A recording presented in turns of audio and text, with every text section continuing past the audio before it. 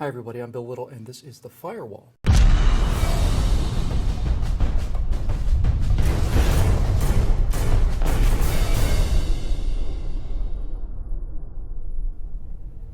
Russia is on the move, and we need to know just exactly who we're dealing with here, because Americans cannot understand the Russian people without, you know what? Let's just stop right there. Americans cannot understand the Russian people, period. They are in every way a mirror image of our society, and we fundamentally free and decent people simply cannot get our minds around the institutionalized murder, terror, and tyranny that infects that state to this day. So, just to scratch the surface, mind you, let's briefly look at the history of some of the leaders of the Russian secret police. This is Felix Dzerzhinsky. He's the father of what became known as the Cheka, the Soviet secret police. Tens of thousands of political opponents were shot under his direction. Now, of course, tens of thousands of murdered men, women, and children were a small price to pay to bring about Comrade Lenin's workers' paradise, but just so there's no confusion about what his mission was, Dzerzhinsky once said, "We represent in ourselves organized terror." This must be said very clearly, and that the mission of his Russian secret police was the terrorization, arrests, and extermination of enemies of the revolution on the basis of their class affiliation or of their pre-revolutionary roles. Not based on their guilt. Extermination based on class distinctions. His successor, Vyacheslav Mezhinsky, was described by Comrade Trotsky as more like the shadow of some other unrealized man, or rather like a poor sketch for an unfinished portrait. Now, these were relatively quiet times for the secret police, now renamed the OGPU, not the kind of man you really need for the heavy lifting when the work of real murder lay ahead, and he was replaced by Genrikh Yagoda. Now, with Yagoda, we're starting to get down to business. This state police murderer, like the others before him and the others to follow, took his orders from the Kremlin, but the actual killing took place in this stately yellow building called the Lubianka. Doesn't look like a death camp. It sits right in the middle of Moscow, and people go to work there every day. But as office buildings go, the Lubianka has the distinction of having tens, or more likely hundreds, of thousands of people who entered the building but who never left the building. Starting with the show trials of the leaders of the revolution, Yagoda's secret police, now renamed again as the NKVD, began killing his own people in earnest. However, when he privately wrote Comrade Stalin that these executions were starting to look bad in the foreign press, well, this was taken as having not sufficient zeal for the Soviet holy cause, and at his trial, he shouted to a closed curtain in the back of the room, begging the great leader in his defense to consider all of the ordinary Russian people he'd worked to death in his name. "I appeal to you. For you I built 2 great canals." And witnesses saw a flash of a match and a curl of smoke from behind the curtain. Yagoda was taken away. He was stripped naked just for extra humiliation. He was beaten, and then he was shot. He was replaced by this animal, Nikolai Yezhov. 5 feet tall, he was named the Blackberry, or sometimes just the Bloody Dwarf. During the Great Purge, peaking around 1937, 680,000 people were shot by the NKVD. 680,000 people. That's every single person in Baltimore, Maryland.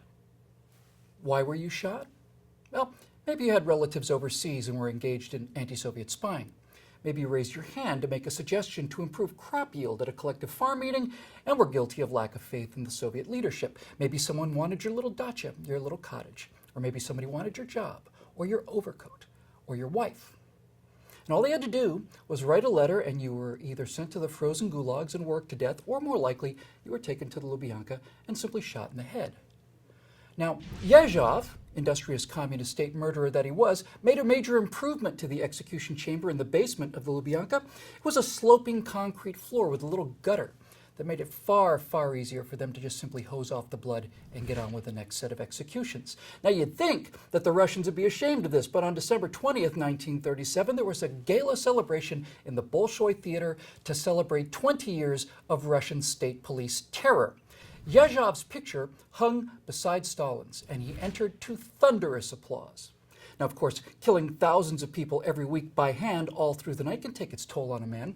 Yezhov descended into homosexual orgies and weeks of drunkenness. When it came his turn to receive his Soviet reward for outstanding service, which is being shot in the Lubianka basement, this mass-murdering sadist fainted at the news, and hysterical and weeping, he was carried to the room with the sloping floor and shot in the head.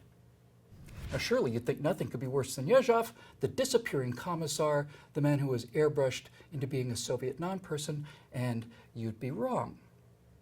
Under Lavrentiy Beria, the NKVD, later to be renamed again as the KGB, took the slave labor camps, the gulags, well, he put them into high gear. Who was worked to death in this frozen, dysentery-ridden, institutionalized hell? Scientists, musicians, poets, steelworkers, peasants. Not people who'd committed a crime so much as people who might someday commit a crime. Oh, and lots of other people too, lots of women. The entire system depended on signed confessions, you see. Those signed confessions were produced by torture. The wives of those innocent men had to denounce them as spies and traitors as well. Most of them did, but many did not. And they're buried out in the permafrost on orders from the Kremlin because the sentence for not denouncing your husband for crimes he did not commit was 10 years of slave labor out on the taiga, the frozen Russian forest plain where the temperatures in winter dropped to 40 degrees below zero. That's where those women died. Their children were sent to state orphanages to be beaten as enemies of the state. Now, long after his death, Beria was proven to have committed scores of rape. The actual number was likely in the hundreds. He would cruise the streets of Moscow in his limousine, pick a woman that appealed to him, take her to his soundproof room, and rape them, telling them, scream or not, it doesn't matter. And after they were raped, they were given a bouquet of flowers as they were shoved out into the snow, the implication being that it was all consensual. And when his turn came, this animal also collapsed, begging on his knees for mercy, wailing and crying so loudly that his comrade executioner shoved a rag into his mouth in order to shut him up before he shot him in the forehead. Now, we always assumed that the KGB was a spy service just like the CIA. It's not just like the CIA. Its primary purpose has been to impose terror on the Russian people. The Cheka was renamed the OGPU. The OGPU was renamed the NKVD. The NKVD was renamed the KGB. And in 1991, the KGB was renamed the FSB, the Federal Security Service. And the FSB director descended in an unbroken chain from Dzerzhinsky through Yagoda, through Yezhov, and Beria, was named Vladimir Putin. And his office was in the same Lubianka building that had seen so much horror and blood on that sloping concrete floor. Now, as I said, we Americans cannot conceive of such people, let alone the terror of living under them. But these men got to where they are through a willingness to commit cold-blooded murder in the service of the Russian state. Like all bullies, they view weakness with contempt, and like all bullies, they turn into whimpering, sobbing cowards the instant that the violence they deliver with such lack of conscience is delivered unto them. So, that is whom Barack Obama is up against, and that is a lesson that he and the Europeans and the American people are going to have to learn very quickly. Please subscribe to our YouTube channel and be sure to visit us at truthrevolt.org.